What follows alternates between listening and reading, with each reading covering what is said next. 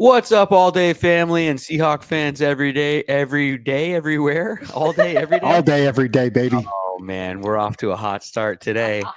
Yeah, we are. What's up, guys? It's the All Day Podcast. I'm Brett. That's Lofa. We're talking Seahawks football. Big game with the Santa Clara 49ers coming up this weekend. The Seahawks are on a business trip down there in Santa Clara at the Big Dungaree, and we'll see if you can come out of there with a W. We need to start eating these W's, stacking these W's, and this is the week that it starts, everybody. We're getting guys back off of injury. We're making roster moves. We're trying to motivate. We're trying to incentivate. And today, or this weekend, it's going to all pay off. It's going to all pay off, Lofa. How you feeling about this weekend, man? Good, man.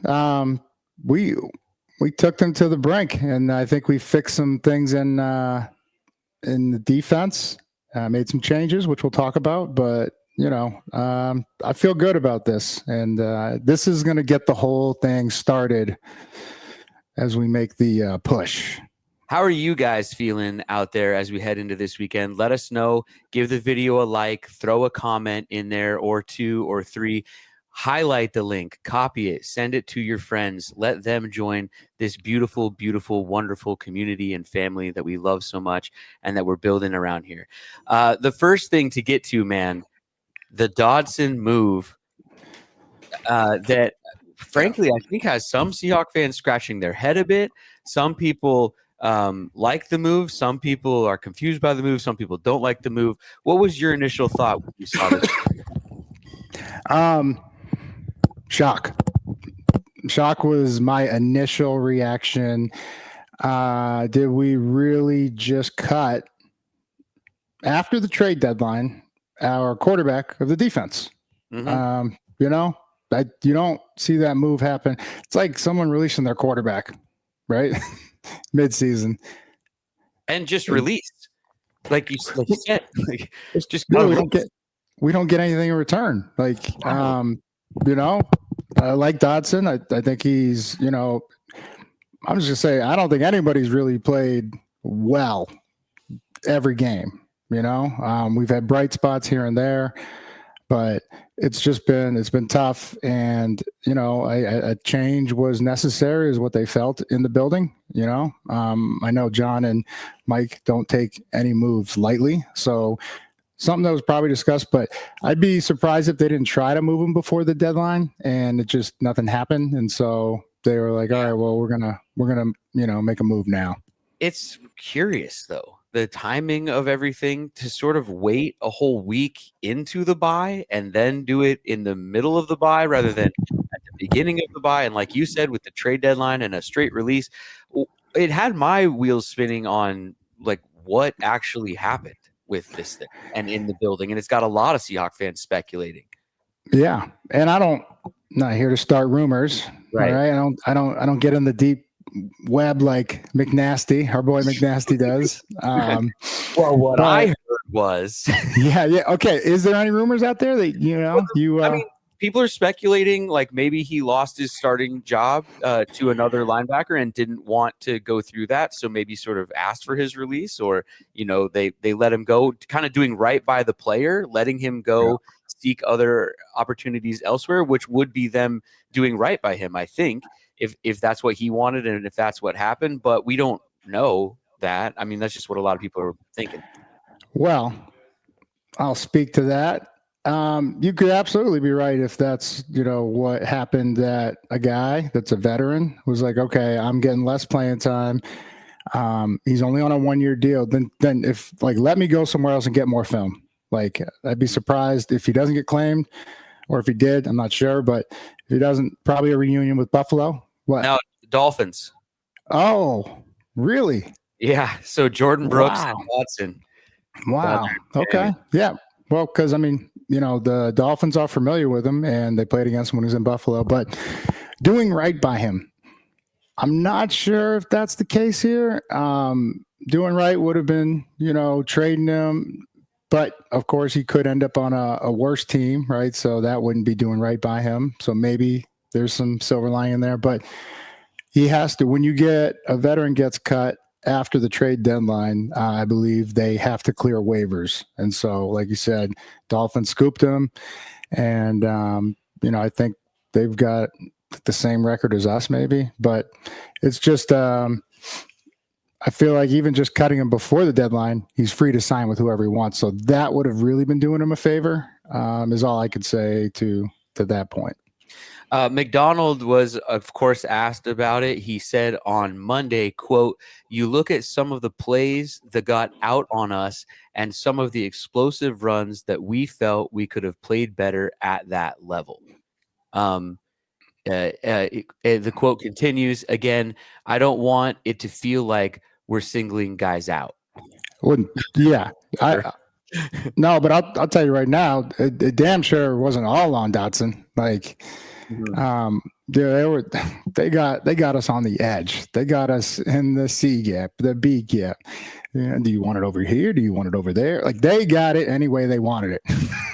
Yeah. And so, but yeah, if there was a pattern or, a way people were attacking us specifically at the second level, like we're talking about, then yeah, a change had to be made. And so now we can expect to see, the young pup, two young pups, actually, Drake Thomas and T Knight, Yeah, that's what I was going to ask next. Who slides in?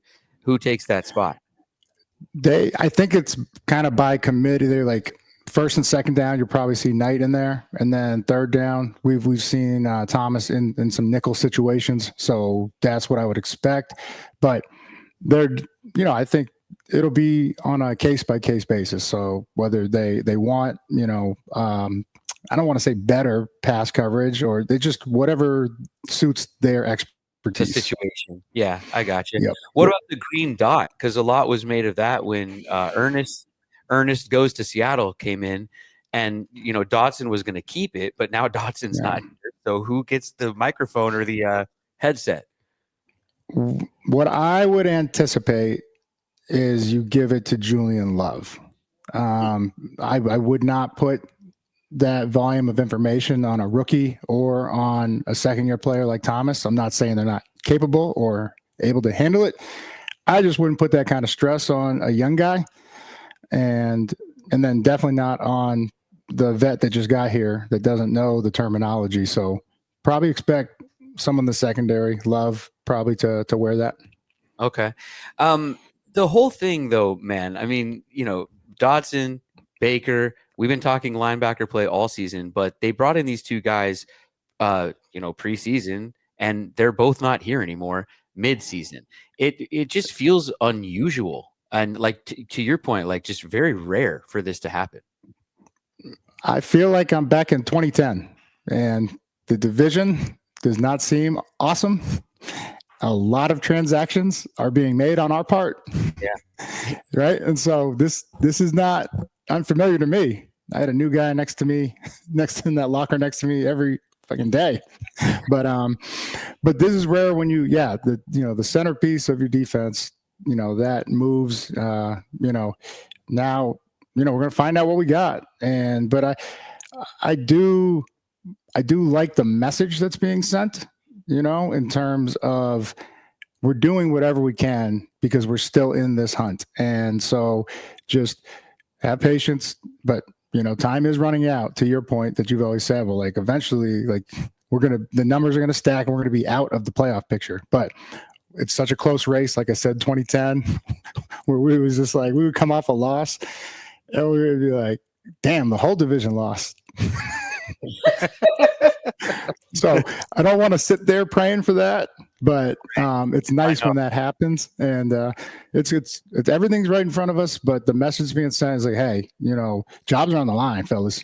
Absolutely. I mean, flashing back to the beginning of the season at 3-0, you would have never bet that this would be sort of the transactions we'd be making as the season goes along. But that's why, if you have bets to make, if you got hunches out there, you should go to BetOnline. Use their mobile browser or their website, old school style. It's betonline.ag, the world's most trusted betting platform, your number one source for everything football. They've also got a $200,000 mega contest. You pick 5 games against the spread, see how you do, and you get entered into a chance to win $200,000. They also have an online casino, 150 slot games, poker, blackjack, all kinds of stuff at Bet Online. Head to the website today to get in on the action. betonline.ag. The game starts here.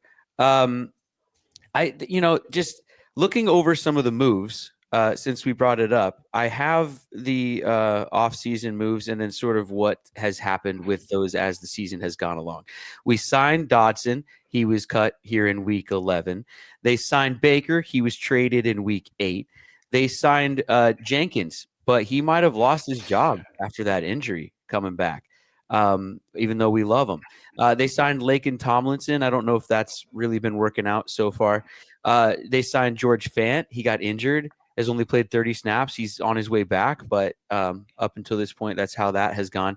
Pharaoh Brown, they brought him in. He's on the depth chart. I think he's the 3rd string tight end, and he's also the Seahawks made him the 11th highest paid tight end in the league. And I haven't really seen him out there. We brought in Nick Harris on the offensive line. He was traded during camp. So a lot of moves being made, but they don't seem to be sticking or don't seem to be the right moves quite yet. I don't know if all those guys have actually been healthy. True. That's the thing that stands out the most for me is, and Brown, you haven't seen him because he's been using protection the whole time. Yeah. I've seen him chipping his ass off. And who was he got one of the elite DNs in the league when we were playing. I think it was the 2nd or 3rd game, Miami or New England. Oh, just one-on-one, just pancaked him, and I was like, now that's impressive. You don't see that from a tight end every day. So, but yeah, every other move, injuries. And, so I think Dotson was the healthiest, and he was dealing with the shoulder just because he's a savage. He played all 9 games, a lot, like a high percentage, maybe 90% of the snaps. But yeah, man, health probably the biggest factor in all those moves. Yeah, a lot of Seahawks fans, though, pining for Jordan Brooks, pining after Bobby Wagner, pining after Cody Barton, even, who's playing well with the Broncos, or at least playing with the Broncos. How are the Broncos doing? Kind of up and down. Well, they should have beat Kansas City. They had them and they let them off the hook. Let them off the hook. But a lot of Seahawks fans just, longing for these linebackers of the past that aren't here anymore. Should we have kept those guys? Salary cap wise, I don't think we could have. So just, this is the burden of the responsibility, of putting the team together and staying within the salary cap. Yeah.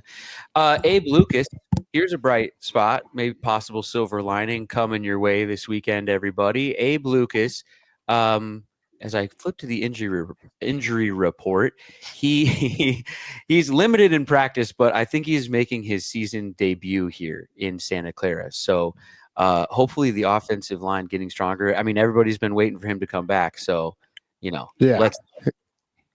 he's a stud, and we've really missed him since he's been out. So, I mean, just even go back to last year when the time he missed, there was a big change in terms of what we were able to run, not just literally run the ball, but, just how much time we could hold up in protection.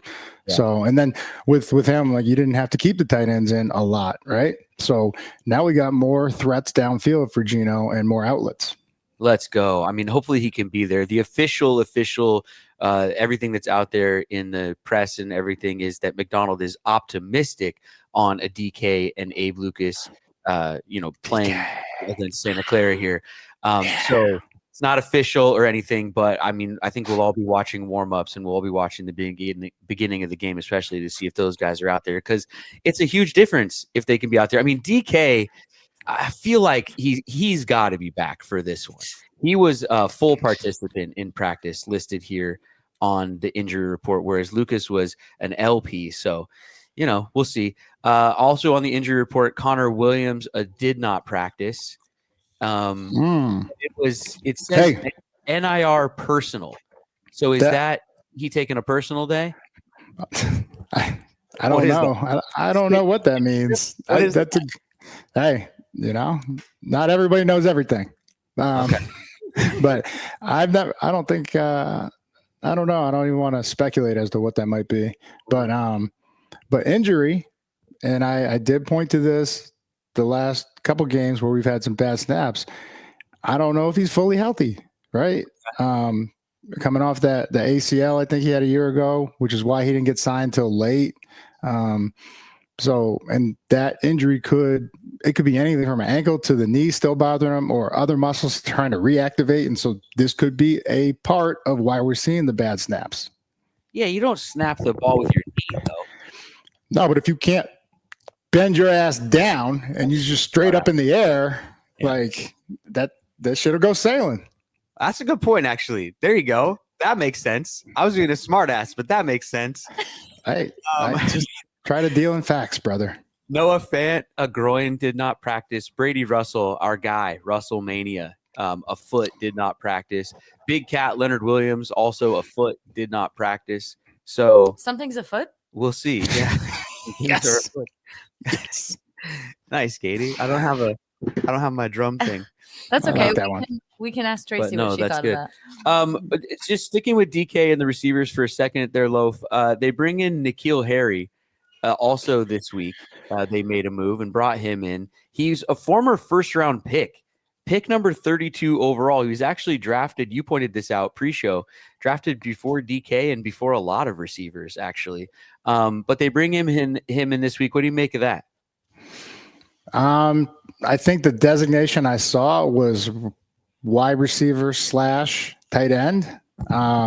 Because he is a big dude, big fast dude, and can always use a big fast dude. So, he's even with his speed, just send him deep, right? That's a mismatch, like I've always said, at the tight end spot against linebackers or even some safeties. So, yeah, well, we'll see, and hopefully this change of scenery, I think this is third or 14, does some good for him, because that's all it could take sometimes to get back to believing in, who you are as a player. Yeah. I mean, you guys tell us how you feel about this. You guys remember him probably from Arizona State. He was drafted in 2019, like I said, number 32 overall, 6'3", 225, ran a 4.5 at the combine. He's got 5 touchdowns in his career. Like you said, put him at linebacker. Strong dude. I'll teach him how to play linebacker. Is that why they brought him in? They released Dotson. They bring in N'Keal Harry. Which position? It's a big dude, man. Hey, just see the guy with the ball? Kill him. McDonald, man. He really does think outside the box. Groundbreaking coach. Yes. Yep. Yeah.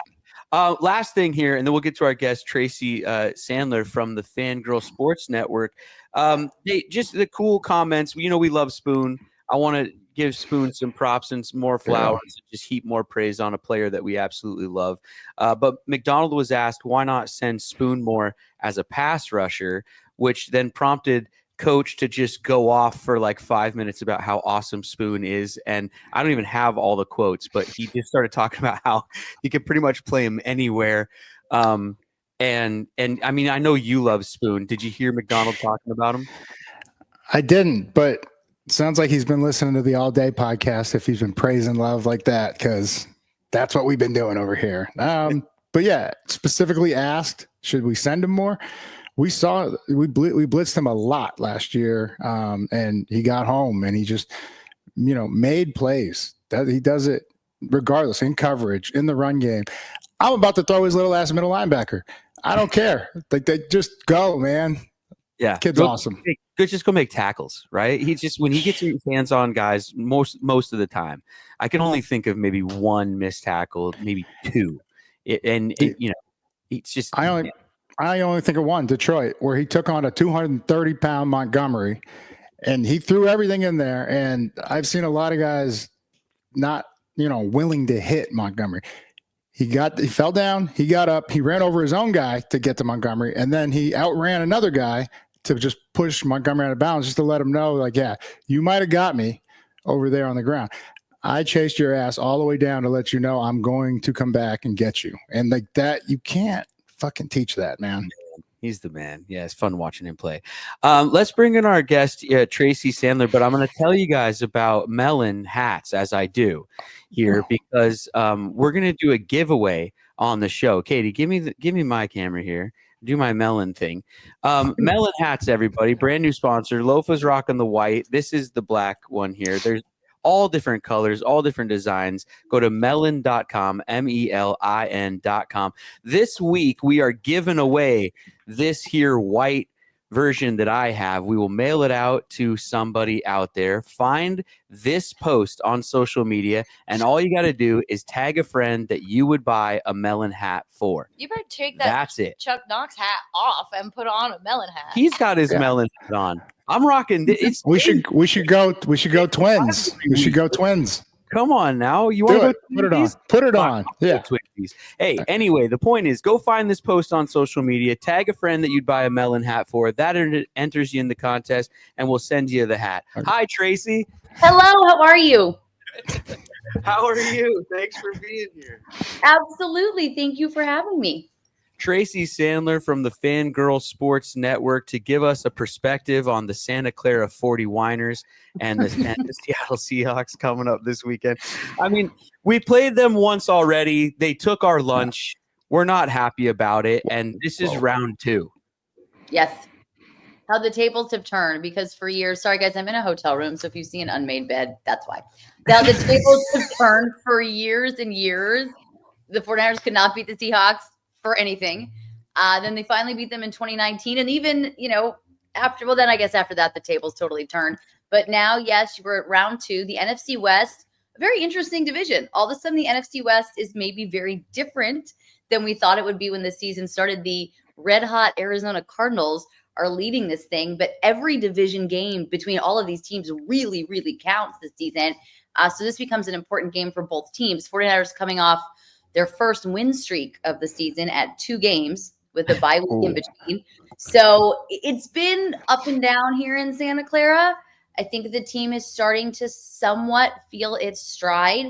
They do seem to have the Seahawks number, but I don't think anything is a given for San Francisco right now. And I don't think anything will be a given for them the rest of the season. It's for them kind of, for the goals that they want, not to get dramatic in week 11, but every week is kind of a 1-game season, because this is a team that really wants to go back to the Super Bowl. I think it's going to be a very tough task in this particular season, but they need to be winning every game if they want to do that. And if they want to have a chance, they get to the playoffs to have any home field advantage or any advantage of any kind. Yeah, the Niners are really like just making me. They're pissing me off, Katie. More years, because when I'm watching, Red Zone or Around the League or whatever, I'm just tuning into other games as I'm waiting for Seahawks to start or something. I'll look up and the Niners will be losing whatever game they're in, and I get very excited and very happy. And then whatever team they're playing seems to just let them off the hook. They seem to find a way to win. And it's annoying me, Lofa. That's new, because they've been finding ways to lose. There were a lot of games in which they were playing very well for 3 quarters, and then it's a 4-quarter game. So in the 4th quarter, things would sort of fall apart for them, and they were finding games. So that's how they lost the Rams. That's how they lost to the Cardinals. The Chiefs is a different story, but this is how they've been losing games. So this is relatively new. But even last week against the Tampa Bay Buccaneers, this is a game they had a chance to run away with multiple times. They had some bad special teams play, but they also, you mentioned watching Red Zone, they cannot score in the red zone.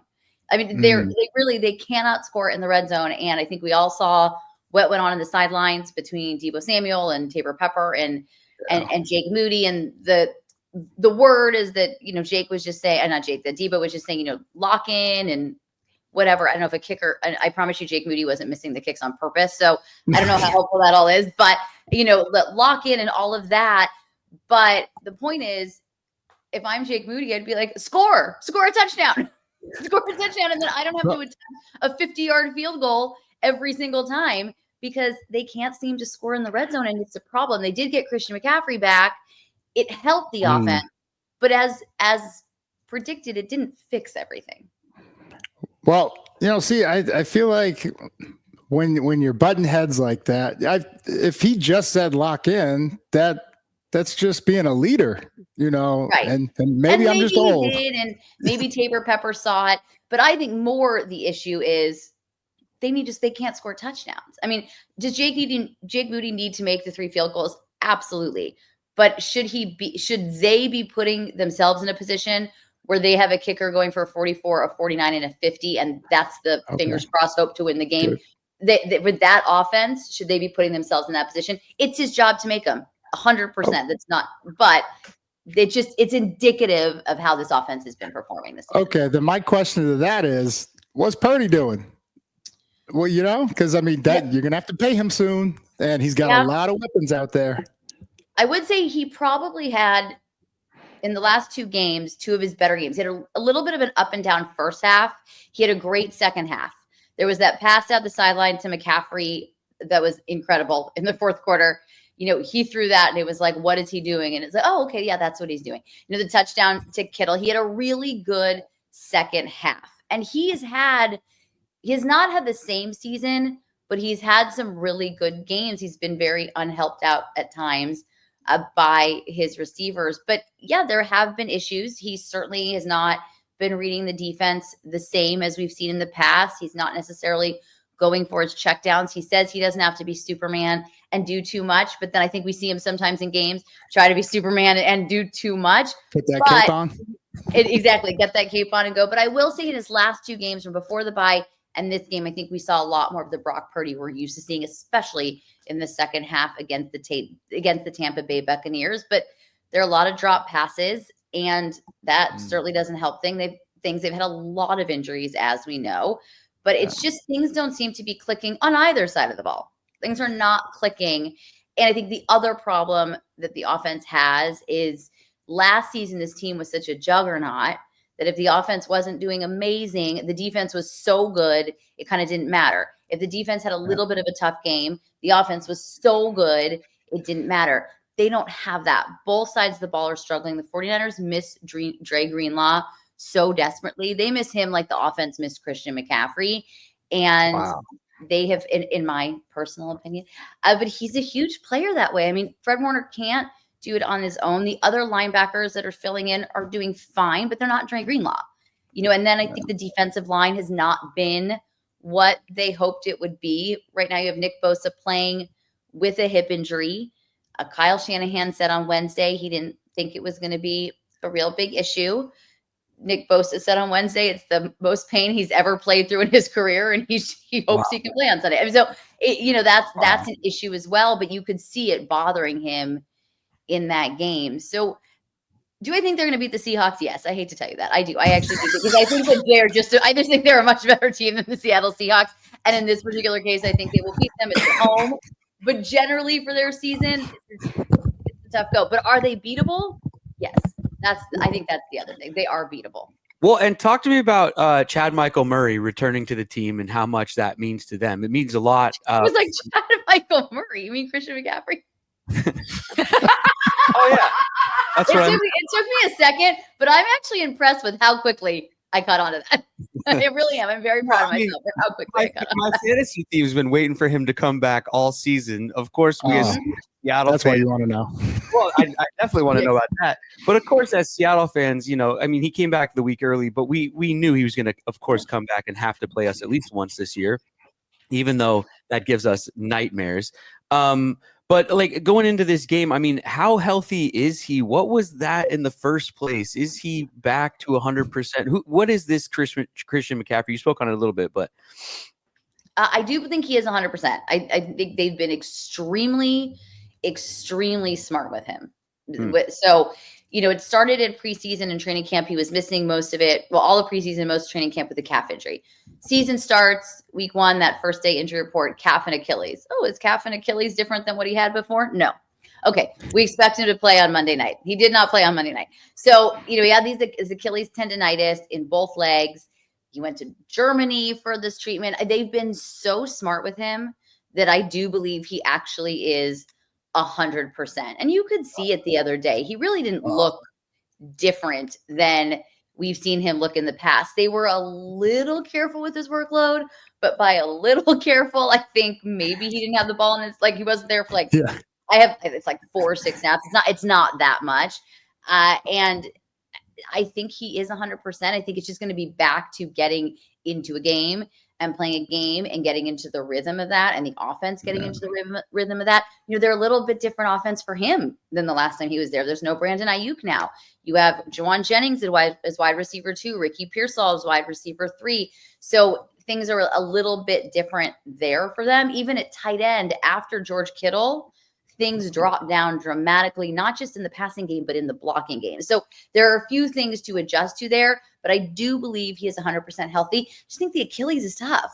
So if there's already something there, even if you're 100%, quote unquote, if anyone's listening and not watching and not seeing my really cool quote marks that I'm doing here, even if you are 100%, I think it is kind of something you have to be aware of the entire season. Well, Lofa, I'm just sitting here thinking, oh, great, a 100% Christian McCaffrey and linebacking core that just keeps getting traded and released and new people plugged in, and oh no, I'm getting a little nervous here. But Tracy, what weaknesses do the Whiners have, and how can the Seahawks exploit those? Whiners is funny to me. I think it's funny. It makes me laugh. What weaknesses do I know? I think it makes up. They have, yeah, this is a good one. I like the Whiners really, and the reason it also makes it laugh is you say it with like such.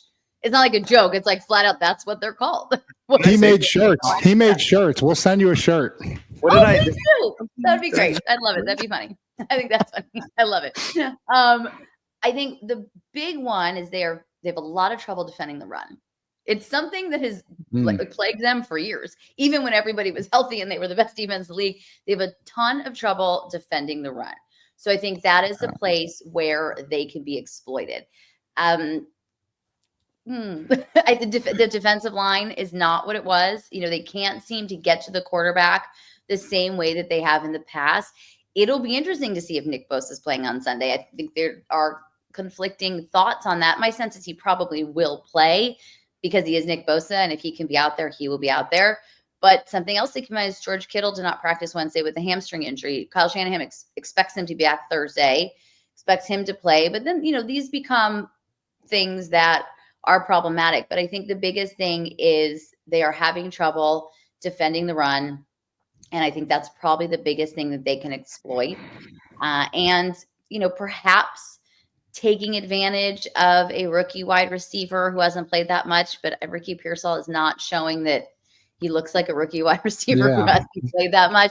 So I don't really know that it's that. I mean, if they can get to Brock Purdy, I think one thing that we've seen is he's holding onto the ball sometimes a little longer than we've seen in the past. And so if they can bring pressure to him and get to him, that is potentially something they can exploit. But I would say the biggest thing is they really have trouble defending that run game. If they can get a good run game going, it'll be a tough afternoon for San Francisco. Well, we forgot to mention this, Lofa, but Mafe limited in practice on the report here Wednesday. So we could see him returning, maybe. That'd be awesome. Yeah. We need to get him back out there.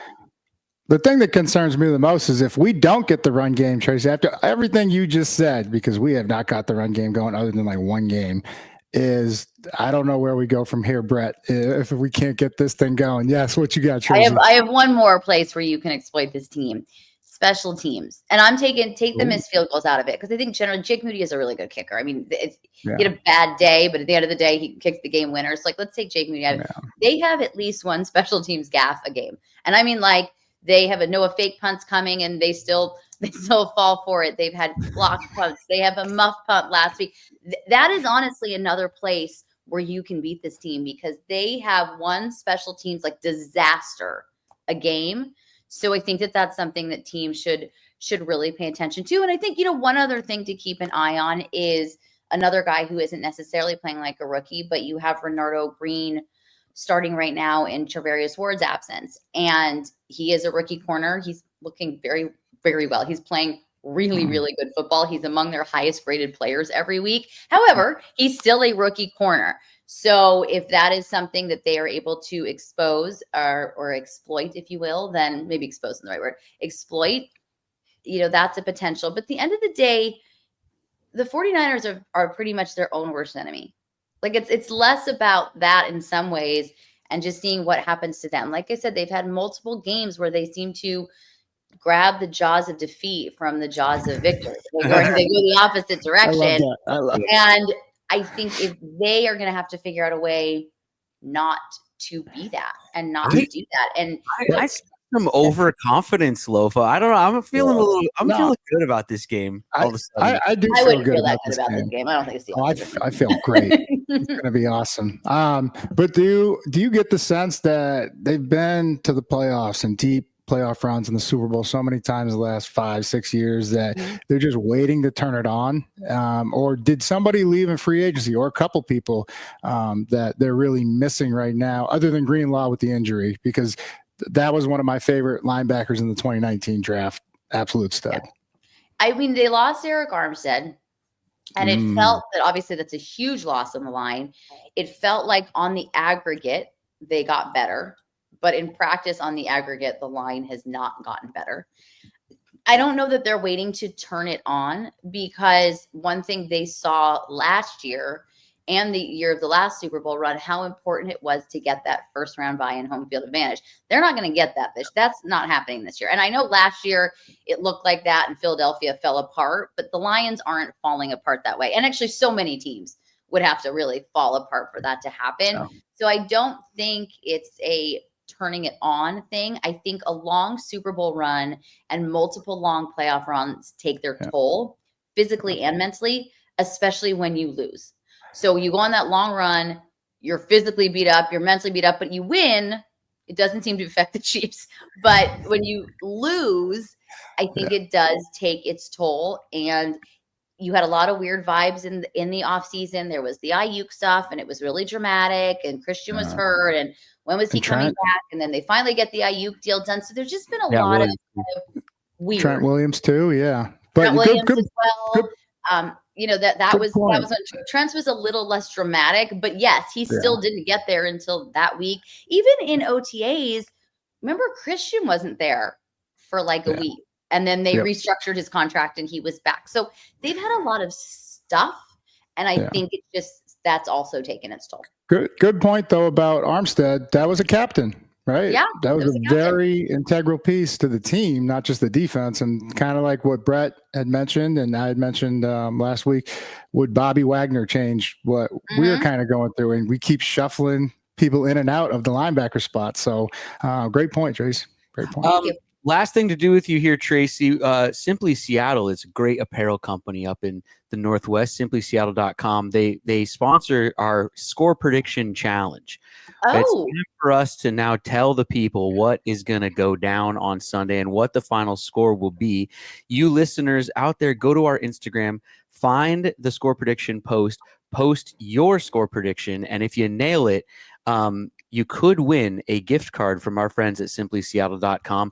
The pot right now, the value, it is up to $275. Wow. Because it adds $25 every week that nobody nails it. So get in there, make your predictions, make your guesses, make your voice heard on that Instagram post. Tracy, what will be the final score after the game is over? I'm going to preface this with I am so bad at score predictions. I am awful at it for someone who covers the NFL. But I am going to give this one 27-17 San Francisco. Oh, okay. All right. That's fair. Okay. I think Christian's going to see a couple Christian touchdowns. Things are they're home. This is, by the way, also 49ers' last home game before they go to Green Bay and Buffalo. So I think there's a little extra oomph here to make sure to win this one. Yeah, okay. I hope you guys are looking ahead. I hope you're looking off into the distance and we just grab that win. I think the Niners are seeming to me a bit like the Seahawks in years past, where maybe a little bit of looking past a team who's coming in, who's got all these storylines. They're releasing players, they're trading guys, roster moves everywhere. But sometimes that can lead to motivation, like Lofa was saying early in the show. So give me Seattle 24 and the Niners 21. Okay. We sneak of victory. We hand them that defeat that they had from the jaws of victory, or whatever that saying is. They snatched defeat from the jaws of victory. And get out of there with W. Lofa, how do you see it going down? We're going down there. We're going to turn this party around. All right. We had you guys, right? And we let you off the hook last time. Let's get serious. It was a 5-point game before that 60-yard or whatever, sprint by Mason. Or no, it was a young guy, Garendo. It was Garendo. So I'm going to go Hawks 25, Niners 23. Okay. There's your Christian McCaffrey number, 23, right? Yeah, that's my I don't know. number. Tracy Sandler can be found on the Fangirl Sports Network. Anywhere else, Trace? Let them know. Yes. The Tracy Sandler Show on Believe, at Tracy FGSN on X, I guess is what we're calling it now, and at Tracy Sandler on Instagram. Thanks, Tracy. Enjoy the game. Thanks, guys. Thanks for having me. Appreciate you, Tracy. Bye.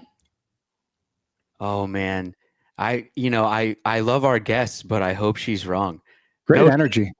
No 10-point Winers victory, though. It's not. No, we got to send her a shirt, though. Yeah, we do. I liked it. Yeah. No, she was great sport, and really fun to chat with. But I hope that she's wrong when it comes to the prediction. That's for sure. One thing though, we might be throwing the ball. Where's my piece of paper? Trying to do a segment. Go with the throw, ladies and gentlemen. Go, everybody. It's Delta Airlines and 12 status. Make sure that you're signed up for 12 status. I mean, this is the world's greatest promotion, okay? If you live in Washington State, you don't even have to be a Seahawk fan, even though you should be, because that makes it better. But you can just be someone who wants extra air miles, because every time the Seahawks throw for even 1 yard, you get a Sky Mile with Delta. And all you have to do is go to 12status.com, put in your email, click submit, you're signed up, and then you can just sit back and relax. And when Geno throws for yards, or if JSN drops back and throws one on a trick play and it gets completed, you get the miles. And the next time you fly Delta, you get to enjoy whatever kind of perks you want, upgrades, this or that. Use your miles however you want to use them. It's Delta 12 status. Go to 12status.com. Sign up today. It takes less than 30 seconds. And why would you Resident of Washington, 18 or older. So if you're not 18 or older, sign your parents up. That's right. Yeah. Do what the kids do and just do it anyway. Okay. Some around the league headlines, and then we will get to our very special Seahawks guest this week, who I'm told is A.J. Barner. So if you're into tight ends, stick around and A.J. will be here. Lofa, how about the comeback? She mentioned the Lions. We've talked about the Lions, but not much this season. I mean, how about the Lions, the incredible comeback, Dan Campbell, just what about the Lions? What stands out the most to me is the quarterback threw 5 interceptions. All right. 5 turnovers. The defense, I think they got 2 or 3. So they hung tough and got them back in it, and just kept giving them opportunities. And this is, like Tracy was saying, this is a team that they're not just going to fall off. They're not going to lay down and quit, no matter if they throw 5 interceptions, right? So they're a dangerous team. And, man, that was an exciting game to watch, especially if you're a Lions fan. But, they just hung tough and they got it done, just like their coach said they were going to do when he took the job. It's going to be a process. We're going to bite kneecaps. We're going to do everything. Yeah. So, man, it's a team in our conference, so it's hard to I'm not rooting for them or anything. But a coach like Dan Campbell is just the kind of coach that you want coaching your team, and giving your team that identity. And I guess I'm sort of, I get a little jealous when I see any team being coached like that by a guy like that. I want that for my team, no matter what team it is. Seahawks, Mariners, bring the Sonic. Let Dan Campbell coach them too. Remember, and I told you after that playoff game when they lost to the Niners, right? They seemingly, just like Tracy, they wrestled defeat from the jaws of victory by just not even kicking 1 field goal. Yeah. I go, it's going to be dangerous. This is a fine line you walk as a competitor, and especially as a leader, that you take the decision to, the numbers and the analytics, and you ignore instinct, right? Because Dan was a guy that played on pure instinct. He was an animal out there. But you could lose your team. I said that if you blow some leads. And this is a game where they could have been like, oh my God, we kept throwing the ball when it wasn't called for, right? And we have two unbelievable running backs, a tough D-line, O-line, and why aren't we running? Like, that kind of shit could go on. But hey, kudos to them. They found a way to get it done. And it's hard to not root for them because they're in the same conference, but you're happy for them. And I played against Dan, I think on 3 different teams, and he was hell every time you played him. Do you remember any specific moments? He caught a pass on True, corner route. Yeah, take that, True. No, but I think we were all in disbelief. We were all in disbelief that he went out for a route, even though he was more than capable of catching the ball. But he was so tough, that spirit that he embodies, and it's not a line of bullshit. And if I were his coaching staff, I would take, because Dan's not going to break out his highlights of just mauling people, but I would, if I was the coaches, I would say, hey, this is who your head coach is. At the heart, at the core. And this is who he expects you to be, regardless of position. Is it easier to play for a guy like that who, did it at that level and did it as a competitor like that? And you know what I mean? Like, as a coach, like, you like playing for players, like coaches that were players like that?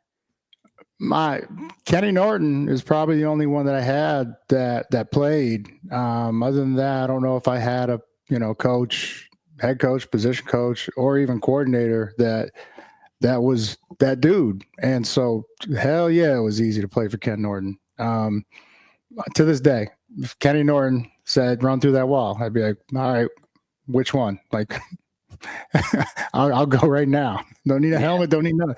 That's the kind of inspiration, because, I watched him growing up, man. And just, 3 straight Super Bowls, all the Pro Bowls, just the big hits and everything. It's like, okay, like, I got to earn his respect. Yeah.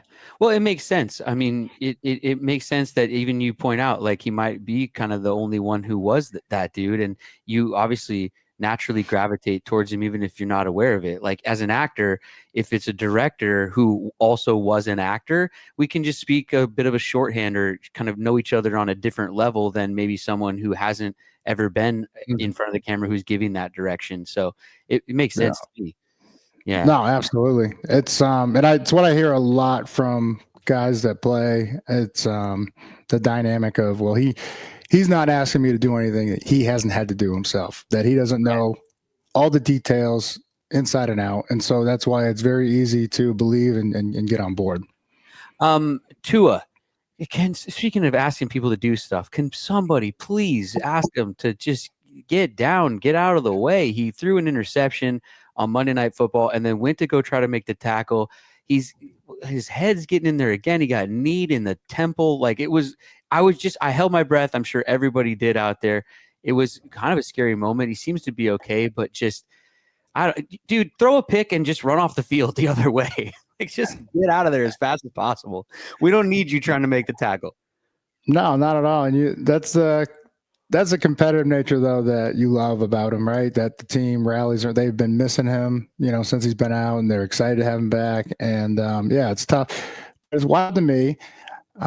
Give a shout out to a tackling company that I know very well. It's called Atavis out here in Seattle. They teach the rugby style tackle, which the Legion of Boom made very famous, becoming the #1 defense 4 years in a row. Only been done once by them since the 50s Browns. Wow. But tracking and doing proper leverage, near foot, near shoulder. So shout out to Kerry Carter, Scotty Law, and my boy Jake Swilly, who they teach this stuff. And I just don't understand how the fundamentals, right? Because this is a tackling style that prevents yards. Is that something you're interested in, Brett? Yes. I'm going to sign you up too, even though you don't play football. I would go. Coach football. You might coach football one day, and you're going to be happy that your players are safe, they're hitting harder, and they're giving up less yards. Well, if Tua walked into Atavis, though, they should look at him and tell him to turn around and walk right back out, that we don't need him tackling. You, sir, get out of here. Hey, bud, sit this one out, bud. Yeah. No, thank you, man. We need you to throw passes, and we need you to be healthy. And I don't want to see it. So, how about something that players didn't want to see or fans didn't want to see? Waldron is out as the Bears offensive coordinator. They fired Shane Waldron, and rumors are, and I know about rumors and this and that, but the rumors are that even some players are calling for Caleb Williams to hit the bench and do some learning behind someone else. And I mean, whether that's true or not, that's out there, and the rumors are out there. And I mean, not good times right now in Chicago. A lot of locker room distractions possibly happening. Very turbulent, very windy in that city. Yeah. I love Shane. Great dude. Good coach. It's unfortunate. And in regards to Caleb and players coming out and saying, don't fucking hide. Just if you said that, say it. Right? Like, you know what I'm saying? Like, I hate when sources say, current players, active play. All right, well, just say it, dude. Like, if that's what you think. But yeah, I'm sure there's growing pains with a rookie quarterback. Doesn't matter if he won the Heisman and he was the best in the world in college. This is the NFL now. And I just find it hard to believe that he's not preparing or anything like that. But just with decision making, I think that's probably what they're referencing here. Yeah, he's got some growing up to do in that regard. But he got sacked 9 times. I don't know if anybody had more sacks in a game than the Patriots had against them last week. So 9 times. 9 times. Ferris Bueller, love it. I feel bad for these young quarterbacks, man. Like they have these college careers. They're coming into the NFL now, and they're being thrown in immediately, which rarely used to happen. And then they're being highly criticized for decision making and holding on to the ball too long and all that stuff. But as a fan, all I've ever heard my entire life is how fast the NFL is and how much time it takes for it to slow down for you. Yet we're criticizing these guys for how fast the NFL is going and how it's not slowing down for them yet. And we're throwing them out on their ear when we drafted them number 1 overall. I mean, let them learn, give them the proper runway to get in there and do what made them so special in the first place. It would be my opinion on it, rather than trying to cut bait, what is this, 11 weeks into the guy's career? Yeah. Some time on the bench could do some good. Because I don't know what their record is, but you don't want to throw away any season. And so if you can be better with somebody else in there, then you do it, right? Which is what I think we're seeing over here with the Hawks and the moves they made during the bye week. I don't feel bad. These quarterbacks, they get all the endorsements. They probably own part of this hat company, Mountain Hats. Ladies and gentlemen, go get one. They're very comfortable, but they probably own part of these companies. They get paid the most money. They have all the endorsements. I don't feel bad because all any other player at any position wants is to be put into the game, regardless of where they're drafted. So, hey, man, no one cares. Work harder. Well, look at what's right. I hear you. And I don't feel bad for them. I guess I'm just saying, like, I don't remember it being like you're asking a lot of them. Yes, and absolutely. It's sort of a new. I feel like I guess what I mean to say is I have empathy for them, and I can kind of see. I think I can kind of see what the issue is, but I don't know how to fix it. I mean, it's hard to draft someone in the first round and then tell your fan base, well, we're going to see him in 2 or 3 years. What do you do here? But I don't think, though, drafting a guy and then having him start and then having him not and then having him start and having him not, I mean, that doesn't bode well for a lot of confidence, not just in the player, but from the team. So a lot of sticky situations when this happens, whether it's Bryce Young, Caleb Williams. It happens a lot. They're being failed, like I said, by the college game, right? The skill sets that they're not developing because they don't get under center. They've never called a huddle and called a play. They've never even used their voice, right? That's how they get the snap. They look silent for the play. Everybody knows the play. I don't have to say shit. And then we get there. Like, where Now you have to do all those things. Bro, it's hard to pick up one of those skill sets and do it down in and down out 70 times and not have a mistake. You got 3 or 4 skill sets you have to do, over 70 plays now. Good luck. Yeah. Taking voice. Good luck. Well, we'll see what happens this week with them with the new offensive coordinator. Anthony Richardson for the Colts, he seems to be all rested up and he's ready to play again. Got his win back? Yep. Ready to go. So wait, is he starting? It looks, let's see, brought back in for the starting role. Yeah. Oh, because Flacco had a rough one. I think it was Buffalo. I saw like in the first quarter, it was like 2 or 3 picks. I felt bad because I'm a big Flacco guy. Here's some bad news. I mean, we don't like injuries. Nobody likes injuries. Dak Prescott, season-ending hamstring surgery. Damn. So he messed that thing up. Rougher for the boys in Dallas. First, they got the sun causing problems. I mean, it's so bad for the Cowboys, Lofa, that the sun is not on their side. The literal sun. Try catching a ball with pouring rain. I don't feel bad for that. Oh. Wear a thicker visor. Yeah, but how about old man Jerry? They asked him, they said, hey, can't we put some curtains up? And he just went off on them like, oh, what do you want to just rebuild the stadium? It's like when you're asking your dad if you can just like turn up the thermostat and he asks you, well, should we just move? Yeah. No, Dad. That's not better put a sweater and a jacket on, son. Calm down, Dad. I'm just asking, can we put up some curtains? CD Lamb can't see. Well, I mean, this is, and as stupid as it sounds, strategically, this is why it's a very important decision about which way you're going in the first and second half. Like, if you know the sun is always peaking at a certain time, well, it's more important to get that, advantage rather than get the ball first. Yeah. It also makes me think, why don't they just actually put up curtains and then when the other team is always there, they open I don't think that's legal. Why? We pump in crowd noise. Bullshit. Just kidding. Remember that story from years ago where everyone was, they said it's not actually possible to get that loud. Right. They were wrong. But the Colts got caught pumping in noise years ago. That was funny. And I still didn't feel like it was that loud. No. You guys are talking about who you feel bad for over here. Yeah. I feel bad for Geno Smith. What? Ooh. Why? I feel bad for Geno Smith because he is the lowest.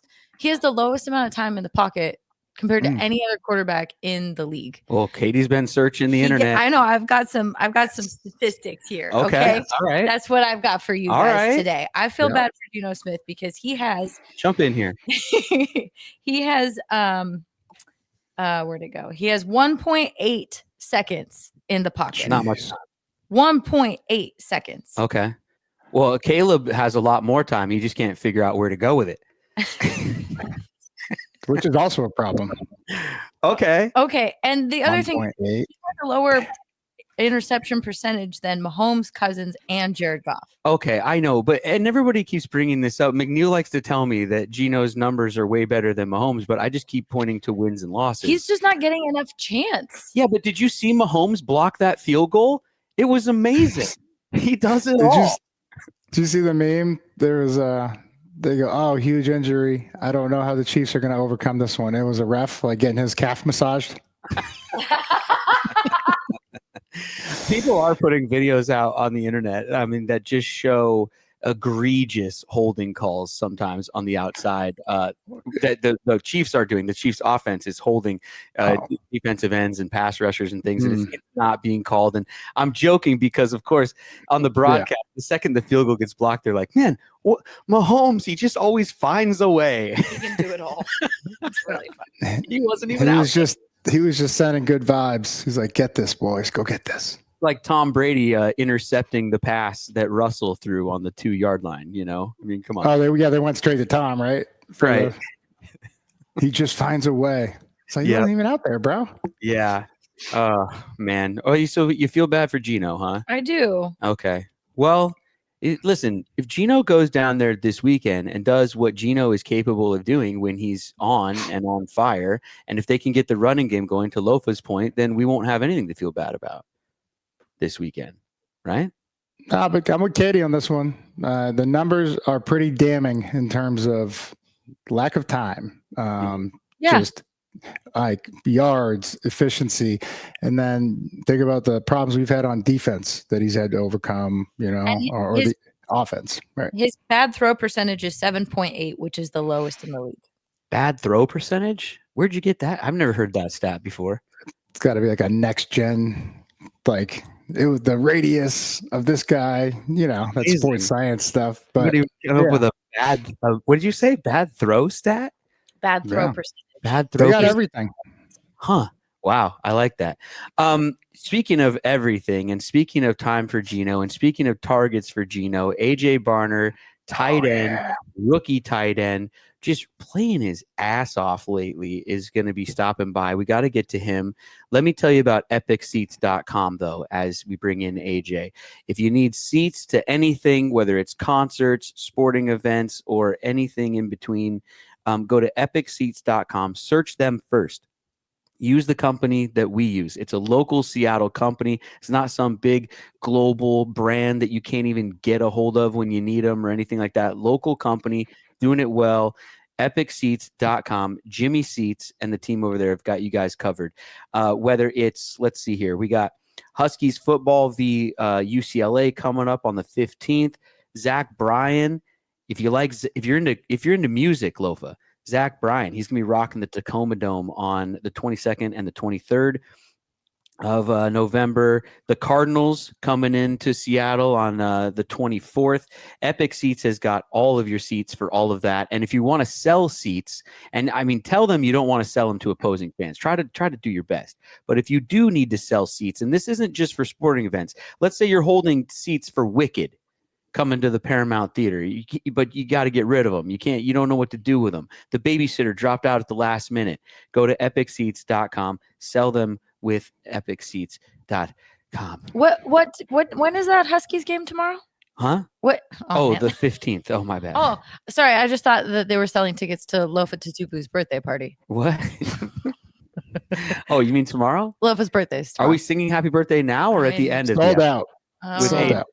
Should we make AJ sing happy birthday to Lofa at the end? Wouldn't that be awesome? Like, I go, AJ, last thing to do. Nah. Happy birthday.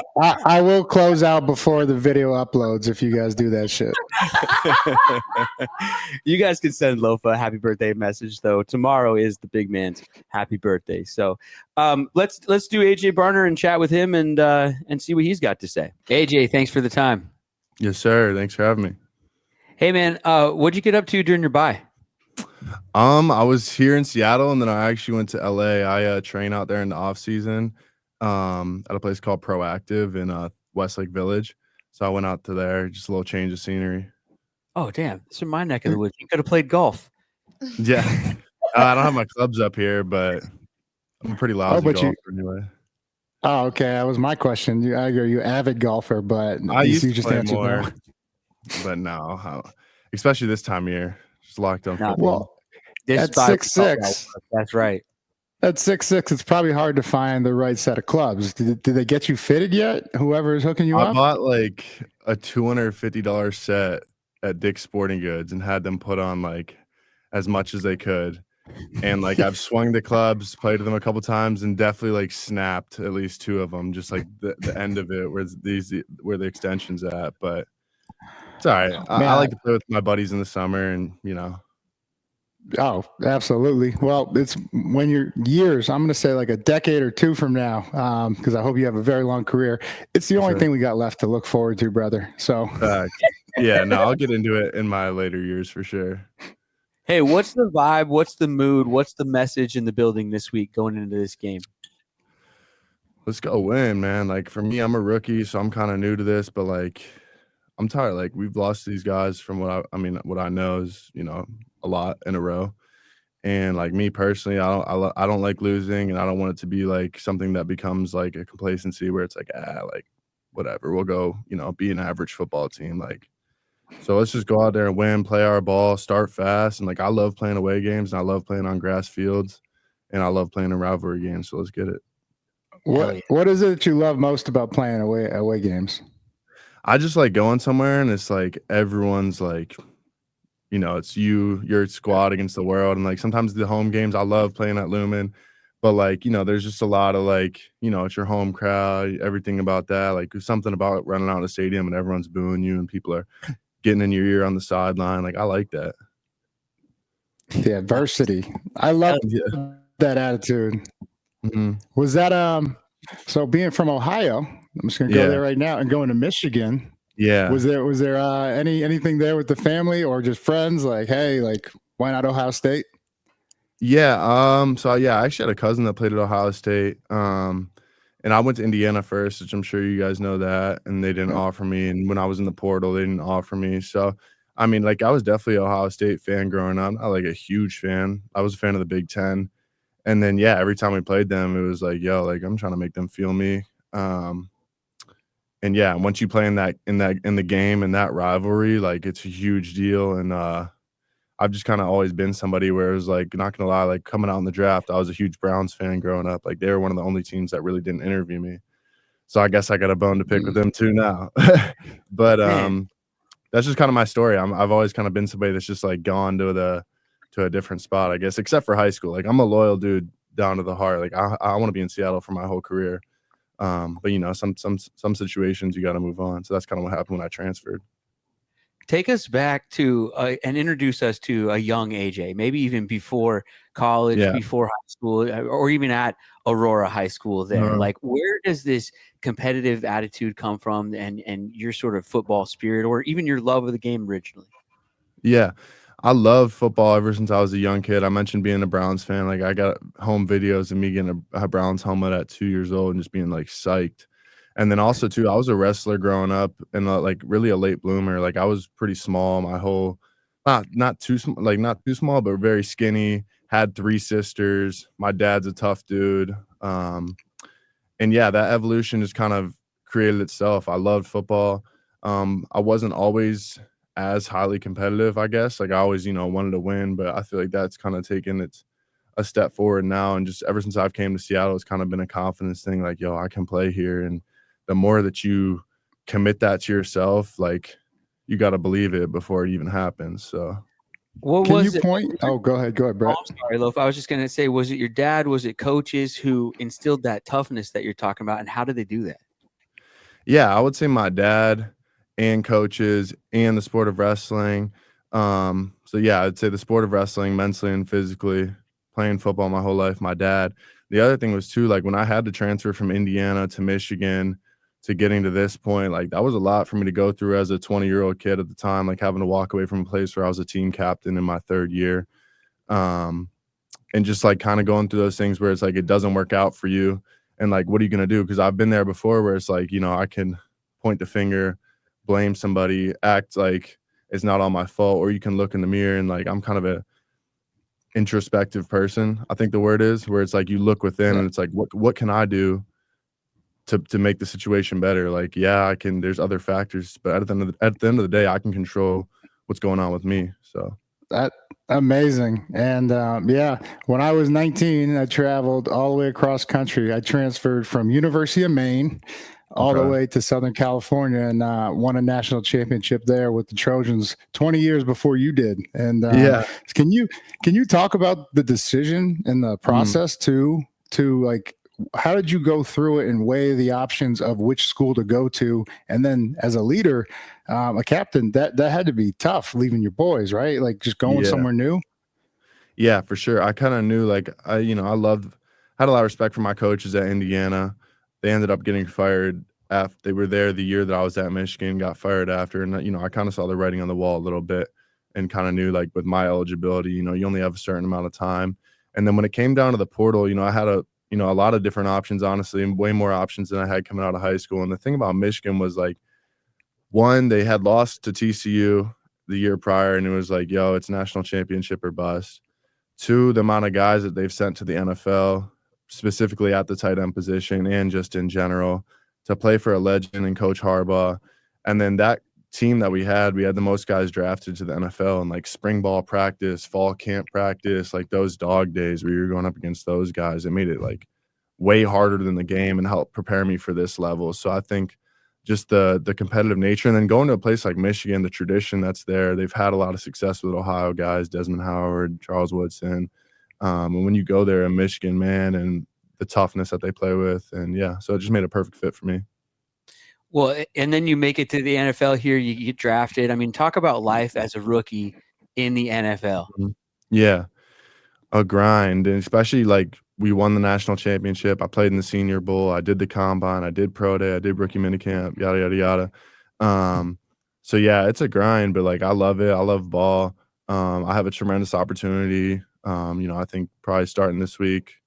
Started last week, so I just gotta keep stacking days and take advantage of every opportunity given, whether it's on special teams, whether it's playing on offense, and just helping the team win. I think that's kind of something that I kind of on bye week reevaluated with myself, where it was like, I'm trying to be a rookie and trying to make a lot of plays, but at the end of the day, dude, like go out there and help your team win. Like whatever I can do to help the team win.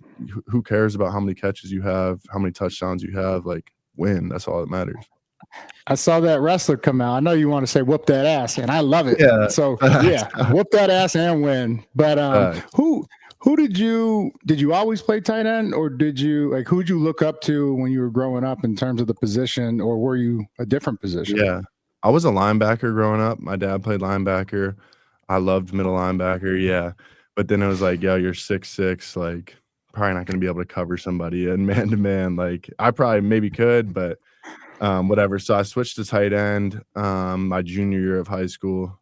And I've always liked guys like Jeremy Shockey for the Giants. Like I said, I was a Browns fan growing up, and to be honest, like when I was growing up, it was kind of a revolving door a little bit, just like on their team in general.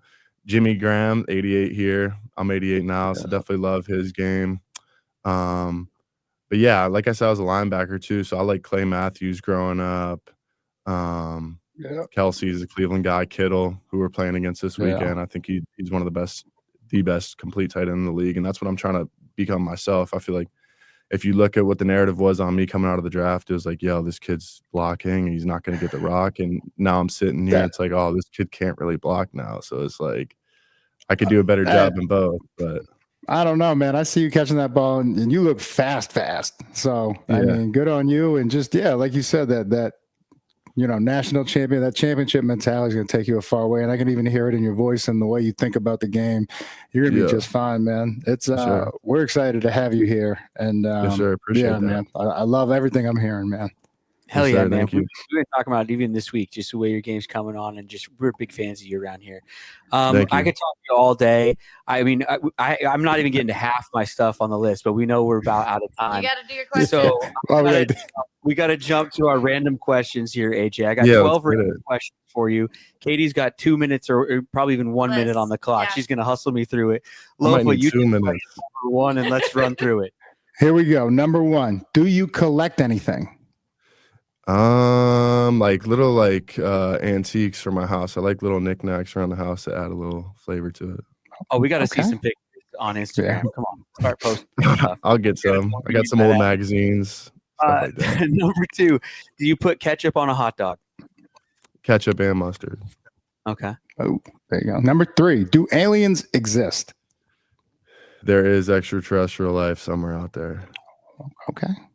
Number four, I used to say Pearl Jam or Nirvana, but everyone's so young now. Katie wants me to say Selena Gomez or Ariana Grande. Pearl Jam and Nirvana. Neither of those two. Love the other guys though. Hey, there you go. Hey, congrats. You're the first one to get to know who they are. 5. Can you count to 10 in a random order? Like right now? I guess I could. I mean, if you want to. Count. You don't have to. It's up to you. Yeah. Number 6, what is your guilty pleasure snack? Probably like a Take 5. I don't know if you guys have ever had a Take 5. Some people don't know about them, but I like Take 5s. Mm-hmm. Okay. Number 7, beach house or mountain cabin? Beach house. Probably. How many tattoos? 4. My mom doesn't like all of them. but I'm gonna get a couple more. Wait, which one? Oh man, I want to know which one she doesn't like. I want to know which one. Oh yeah. She doesn't Number mind them 9. now, but yeah, whatever. Pancakes, waffles, or French toast? Pancakes. Need a couple this weekend too. What's the last regular job you had? I worked at a car wash. Besides golf, what other sports do you play? You got to be a hooper at 6'6", dude. Nothing? I was a No? wrestler. Yeah, I played baseball, football, basketball, baseball, and wrestling. But I was rec basketball, so yeah. Wrecking fools is what you were doing. Can you imagine him getting a hold of a baseball? My God. Okay, number 12. What is your favorite fruit? Raspberries. That's it, A.J. Barner, and that's it for the All Day Podcast. Thanks everyone for listening. Actually, AJ, in the middle. Wait, he's going to break us down. Okay, you're going to break us down. But did you see the shirt we made for WrestleMania? Have you seen that yet? No. Wow, he's holding it a secret. Yeah, for Brady. Yeah, so you got to ask about that. Brady. All right, and we'll make you one too. Hey, let's get it. Let's get it. But then you're going to break us down. Give us the breakdown or whatever they say. Break down the show for us. Let me think. I was gonna do Hawks on 3, but the boys. We got the boys in here. Boys on 3. 1, 2, 3. Boys. The boys. Thanks, AJ. Yes, sir. Appreciate you guys. Thanks, man. Oh man. So much fun with him. Thanks everyone for being here. Thank you guys all for listening. Thank you for commenting. Thank you for liking. Thank you for hitting us up on social media. The score prediction challenge post is up now. The melon hat post, if you want to win one of these white melon hats, get in on that. Thank you to our sponsors, and thank you to all of you for listening. Thank you, Katie. Thank you for being here. And thank you, Lofa. All day, fam. We love you. We out. Bye.